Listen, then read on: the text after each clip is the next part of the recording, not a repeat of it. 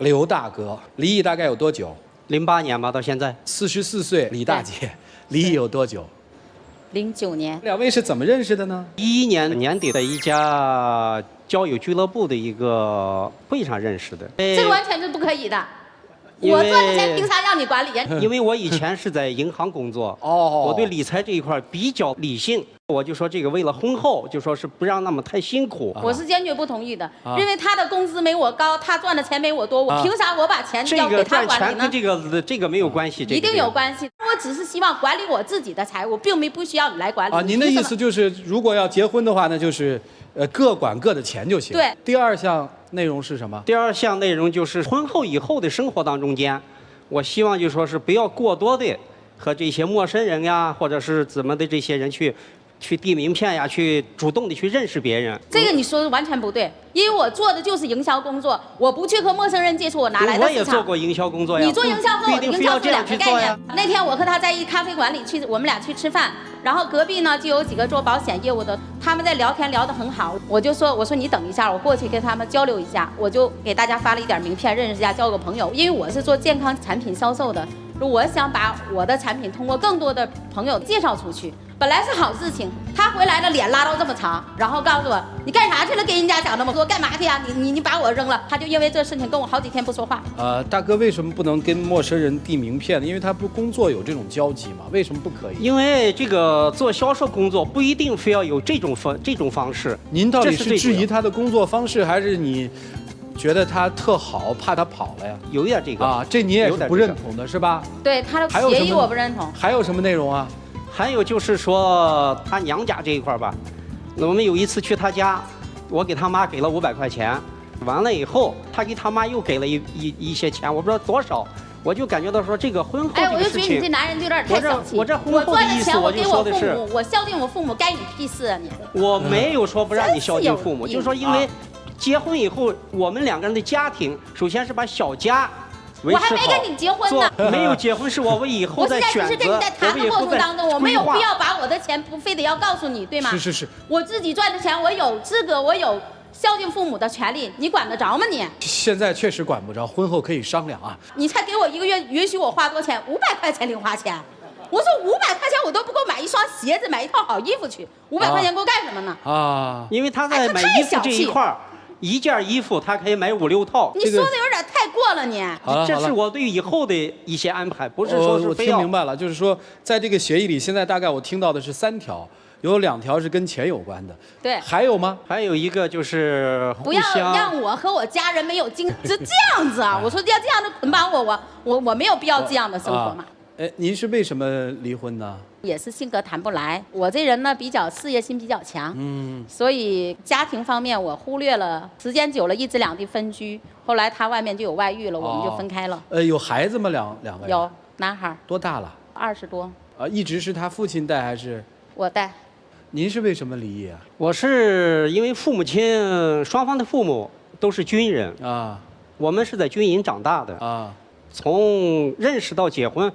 45天的时间跟这也差不多就这个。所以他就一直喜欢快速的然后就结婚，然后因为2个月就要跟我谈，心里肯定是有他的，是吧？对。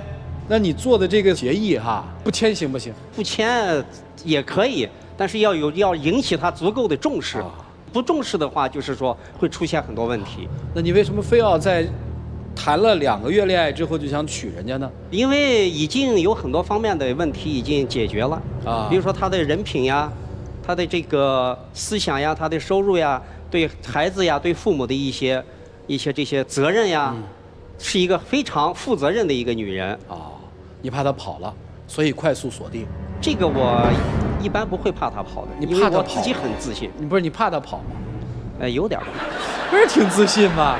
其实我现在不跟他签这个协议，也是纠结一个跟前夫的。呢，叔叔，如果您对阿姨也有感情的话，就需要花时间付出更多的包容，然后在一起商量看，今后你们俩的这个生活应该怎么更好的去规划。大姐，不说协议，就说眼前这个男人和你的前夫，你为什么现在产生了你还就是纠结当中呢？我自己理解因为我现在的生意要做的比以前更好，所以他现在觉得我现在赚了钱了，就想要再跟我和好。今天早晨和昨天早晨还给我发了一些短信，告诉我亲爱的，我还爱着你，怎么样。我觉得一个人要是爱一个人的话，就应该为对方着想。但是我们离婚09年到现在，他从来没有给我打过电话，连续2年多都不怎么跟我见面，每次都是我给他打电话，告诉他孩子情况。我有的时候就告诉我儿子，我说你爸爸也很优秀，你要多给爸爸打电话。其实孩子一直主张让我再找一个。而且孩子不是说让你复婚吧？没有。就是嘛，你孩子都看清楚的事情，您还看不清楚吗？包括您现在已经说出来了，他为什么找你？为什么在您事业不出色的时候他不来找你？现在事业有所成就他来找你，你想的应该很清楚。孩子不缺乏，但是你缺一个真心爱你的男人。现在听来绝不是你的前夫，好吗？那回到你们俩之间的问题，协议一定是约束双方的才能称之为协议，对吗？否则叫霸王条款。那大哥刚才说的几点好像都是约束大姐的呀。他写的同时也是在约束我自己。约束你什么了？刚才我们没有听到吗？钱要你来管，名片不能瞎递给别人，晚上8点要一定在家，不能出去。你的约束条款在哪儿呢？因为这些事情我能做到。不是你能做到，对方就一定要做到。第二，操之过急。您是有过经历的人，对吧？第一次婚姻为什么失败？我觉得很大因素也是因为在婚姻之前没有充分的了解，草率的结婚了。难道你同样的地方你要再摔一次吗？现在你们2个人缺少充分的了解，在了解基础上缺少信任。你所有这些规范全都是基于对他不信任。而你对他的了解都是在你们2年当中，并不是交往2年，而是认识2年当中你对他的了解，你不觉得很片面吗？我个人觉得2位走在一起条件是具备的，但是协议我们一定要忘掉它，要先充分的了解，不要着急，反正都这么多年了嘛，干嘛急于一时呢？互相充分的了解，建立起信任，真正有了爱，然后我们再去谈如何在一起更好的生活。但有一点你一定要记住，任何纸面上的东西都不可能约束双方在生活当中遇到的问题。你们2个的问题，我觉得哈，虽然认识2年多了，但是不是互相的特别了解。2年多只是一个就是作为熟人这种。那么人一旦确立了恋爱关系之后，他的互相的感觉和一般的熟人友人是不一样的。这个时候特别容易暴露一个人的缺点。他内心的自私啊，他一些小心眼儿，他的算计全能暴露出来。如果你作为友人，没有必要，对不对？我们高兴了，我们大家在一起聊聊天；不高兴了，我可以不来。可是你要作为恋人就不一样了，尤其要是谈到结婚这个问题，那很多事情就要暴露出来了。这个男方啊，你确实这个做的不对。在现代这种社会里啊，结了婚，你对这个女方你是爱的，你是尊重的，你不能这么设立，这个方式不适当。解决2个问题，第一，信任；第二，性格。先说信任问题。既然说到再婚，毫无疑问，再就是又一次的意思。人是可以2婚的，没有关系，也可以谈N段恋爱，但有些东西只有一次。那就是对于情感的信任。这个再婚跟复婚和新婚还不一样，因为在自己年轻的时候、懵懂的时候、激情的时候、幸福的时候，乃至于痛苦的时候，都是另外一个人陪着自己一路走来，给了你幸福，给了你快乐，同时也伤害了。所以你想再次获得信任很难。幸福有的时候就像一根弹簧嘛，它有的时候如果满额负重的话，它就回不了当初的弹性。所以说信任是一个问题，而你们的协议当中处处体现着不信任。但我认为这个信任可以通过3个方面来解决。第一，其实凭良心话来说，就像赵传所说的，你们俩在过去的一段婚姻当中都当然也有过错，因为都是双方的过错，但是至少你们履行了自己的责任，你们都把自己的孩子带在身边，而且还养得挺好，不说是一个称职的丈夫和妻子，应该算得上是称职的母亲和父亲。就从这一点上来说，为人值得信任。第二，再婚嘛，情投意合的成分少，志同道合的成分多，所以在这种情况目标明晰的情况之下，信任就显得更为重要。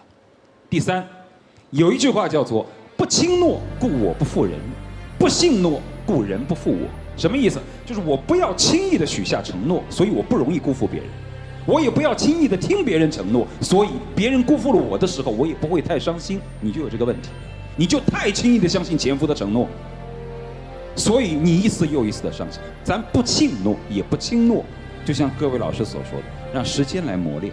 都熬到40、50岁了，还急能一时半会儿，是吧？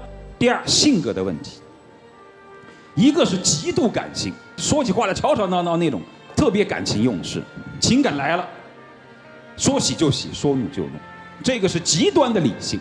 但是有一句话怎么说呢？叫理智的问题解决不了的，情感可以解决；逻辑解决不了的问题，直觉可以解决。所以你根本不需要用那种所谓的协议来忽悠对方。人家说最容易搞定的是自己的女人，最难搞定的也是自己的女人。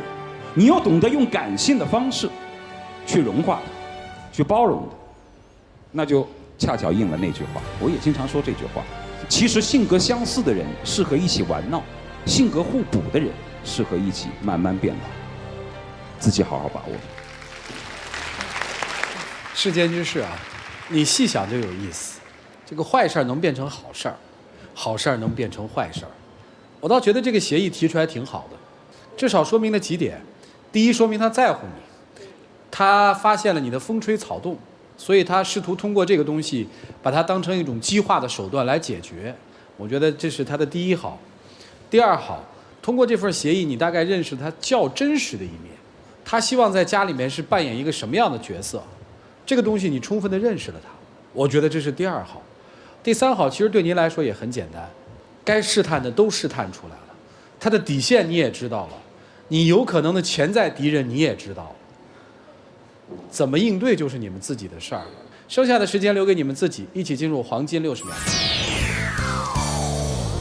我感觉哦，今天我们来这个地方，第一来对了，我们发自内心的来说，就说是真的不希望你的后半生再这么在全国各地再去奔波，我已经奔波的够多了，所以说我希望就是说你在后半生当中间能够开开心心、快快乐乐的，我们两个可以去旅游，可以去给很多地方去做一些公益性的东西，这也是我和你要想把这件事情做到我们老掉死掉，把这件事情做完。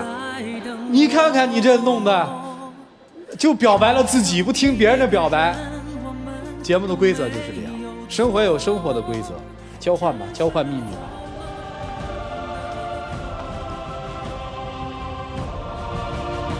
回去吧，谢谢两位啊。来，请关门。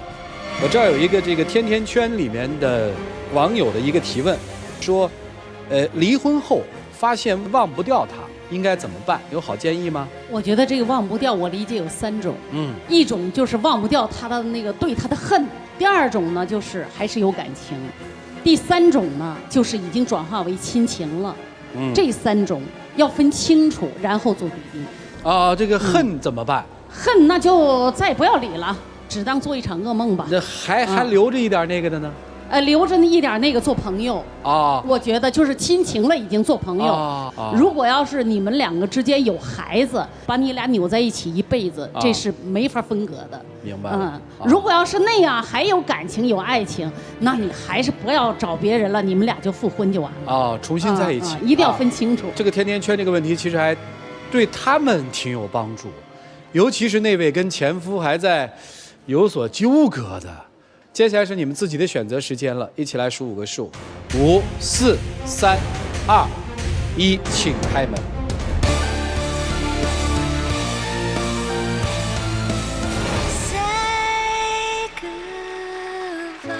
这什么情况？离开这儿之后，您是打算接着追他，用时间来融化他，走在一起呢，还是？